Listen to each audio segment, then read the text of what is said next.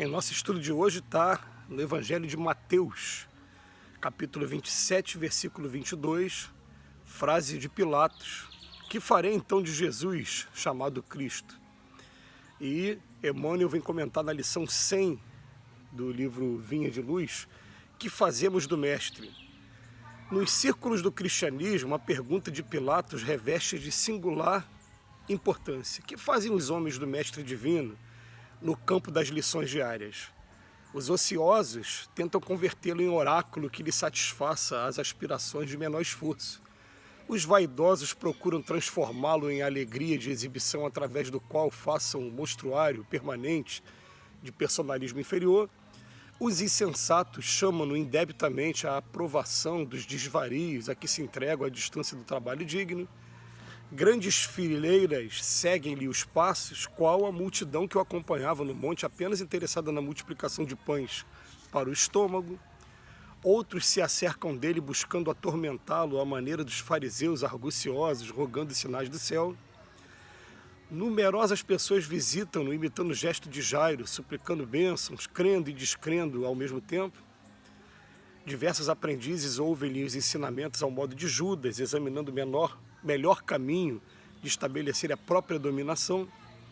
Vários corações observam-no com simpatia, mas na primeira oportunidade indagam-no, como uma esposa de Zebedeu, sobre a distribuição dos lugares celestiais. Outros, muitos, o acompanham estrada afora, iguais a inúmeros admiradores de Galileia, que lhe estimavam os benefícios e as consolações, detestando-lhe as verdades cristalinas. Alguns imitam os beneficiários da Judéia a levantarem mãos postas no instante das vantagens e a fugirem espavoridos do sacrifício e do testemunho. Grande maioria procede à moda de Pilatos, que pergunta solenemente quanto ao que fará de Jesus e acaba crucificando-o com despreocupação do dever e de responsabilidade. Poucos imitam Simão Pedro, que após a iluminação no Pentecostes segue-o sem condições até a morte. Raros copiam Paulo de Tarso, que se ergue na estrada do erro, colocando-se a caminho da redenção através de impedimentos e pedradas até o fim da luta. Não basta fazer do Cristo Jesus o benfeitor que cura e protege.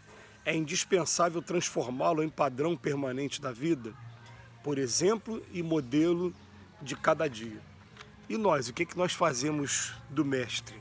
Aliás, antes de falar até do Mestre Maior, a gente fala também de um que hoje, no dia 2 de abril, nasceu aqui pra gente, aqui nesse mundo, nasceu aqui em Minas Gerais, que foi Chico Xavier, que, através das mãos dele, que Emmanuel escreveu esse livro, por exemplo, Vinha de Luz. E a gente fica, por que a gente faz de um exemplo como o Chico Xavier? Chico Xavier veio para cá trazendo muitas dificuldades, trazendo uma infância muito pobre, trazendo já problemas de saúde gravíssimos que quem a gente conhece, que tem a catarata, que tem a angina, que tem tantos problemas como ele teve, né, sabe a dificuldade que é, e já com uma mediunidade muito extensiva demais para um menino muito novo. E o que a gente pode aproveitar, né, do conhecimento que a gente tem da vida dele, do trabalho que ele deixou para a gente também. Mas vamos pegar aqui a lição de hoje, né? O que fazemos do Mestre? Emmanuel vem trazer para a gente que no primeiro momento é normal em todo mundo aqui na Terra a gente adaptar, trazer o Mestre para a nossa realidade.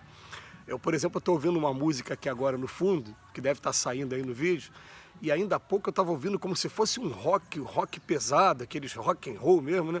E a pessoa cantando glória, glória, aleluia, quer dizer, como se transformou a música num grande rock. Por quê? Porque, na verdade, nesse primeiro momento ela teve essa vontade aí de estar trazendo o Cristo, né? O Cristo chamou a atenção, ela quer adaptar o Cristo à realidade dela, as coisas que ela gosta de fazer. Eu me lembro de uma vez também que eu estava dentro do trem, isso já tem muito tempo, porque já tem um bom tempo que dentro do trem é proibido fazer culto religioso, né? Mas eu sou espírita, estava lendo o livro dos espíritos na hora dentro do trem e de repente parou na minha frente um rapaz parecendo ser de uma dessas igrejas pentecostais ou neopentecostais, aí que a gente bota a neopentecostais dentro da classificação aí das universidades são as novas, Assembleia de Deus, Universal do Reino de Deus, essas igrejas mais novas, né? E aí o que acontece? O rapaz puxou a Bíblia, quando ele puxou a Bíblia que ele ia falar, começando a falar, eu falei, ih, rapaz, se esse rapaz me vê aqui dentro do Livro dos Espíritos, eu posso ter uma experiência desagradável, às vezes, né, de incompreensão, de intolerância religiosa. Então eu fechei o livro e comecei a fazer a minha oração. Quando eu comecei a fazer a minha oração, aquela vozinha na cabeça falou assim, ó, fica quieto e presta atenção no que ele vai falar. E ele fez uma espécie de culto ali, né, de pregação, o nome que eles dão, né? E ele falando sobre a árvore que é Jesus e que nós somos os galhos, e falou de uma maneira muito bonita, mas muito alta, porque ele fala gritando muito. Aí na hora veio aquela reflexão, falei, caramba, olha só, normalmente essas pessoas que param em praça pública e às vezes abrem a tampa do carro e botam aqueles alto-falantes muito alto com música, o dia que eles começarem a se interessar por Jesus também, eles vão adaptar a realidade deles, eles vão começar a botar muito alto também. Por isso que a gente ouve, às vezes, pregações que são muito altas, pessoas que gritam, e que era o exemplo desse rapaz que, mesmo gritando, ele fez um culto muito bonito, que eu saí dali do vagão, falei, pô, agradecendo, obrigado mesmo pela oportunidade, né? E também uma lição que eu tive para o meu preconceito e meu medo até, naquele momento, porque, na verdade, o rapaz fez uma coisa muito bonita, né, muito legal. Então ele vem mostrar aqui pra gente, ó, o que a gente faz do mestre divino no campo das lições diárias. Os ociosos querem transformar em oráculo, quer só previsão. Os vaidosos, né, quer fazer, ainda mais quando se trata do Cristo. Então parece que vai chegando no momento em que hoje, se a pessoa disser que é contra o Cristo, a sociedade cai toda em cima dela.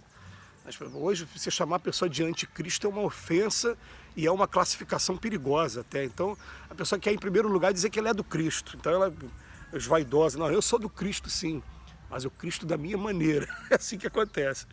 Os insensatos, eles só estão preocupados com os desvarios a que se entregam. Quando eu falo assim dos desvarios a que se entregam, eu me lembro de um filme nacional em que a pessoa fazia oração pedindo proteção para o assalto que ela ia cometer, que nada acontecesse de errado durante o assalto. Olha bem como é que é adaptar o Cristo, né?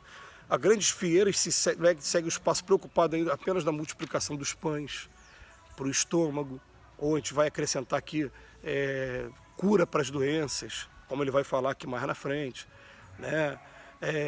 Ou então rogando sinais dos céus, que é prova.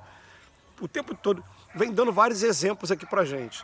E no final ele vem trazer assim, ó, poucos imitam Simão Pedro, que após a iluminação do Pentecostes, que para quem estuda a vida do Simão Pedro, né, vai ver isso, né, que tem um momento na vida enquanto ele estava com Jesus, Jesus falou para ele assim, ó, Pedro, quando te converteres, deixando bem claro que Pedro ainda não estava ainda com o sentimento do cristianismo dentro do coração, tanto que não estava, que quando Jesus foi preso, ele cortou até a orelha do soldado romano que foi fazer a prisão, né?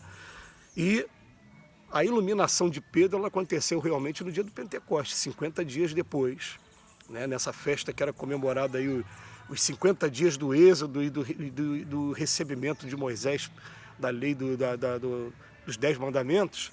Eles estavam comemorando esse dia do Pentecostes. O Pentecostes passou a ter um outro significado, porque, na verdade, nessa comemoração que vinha gente de tudo quanto é lugar, teve o fenômeno da mediunidade através das línguas de fogo.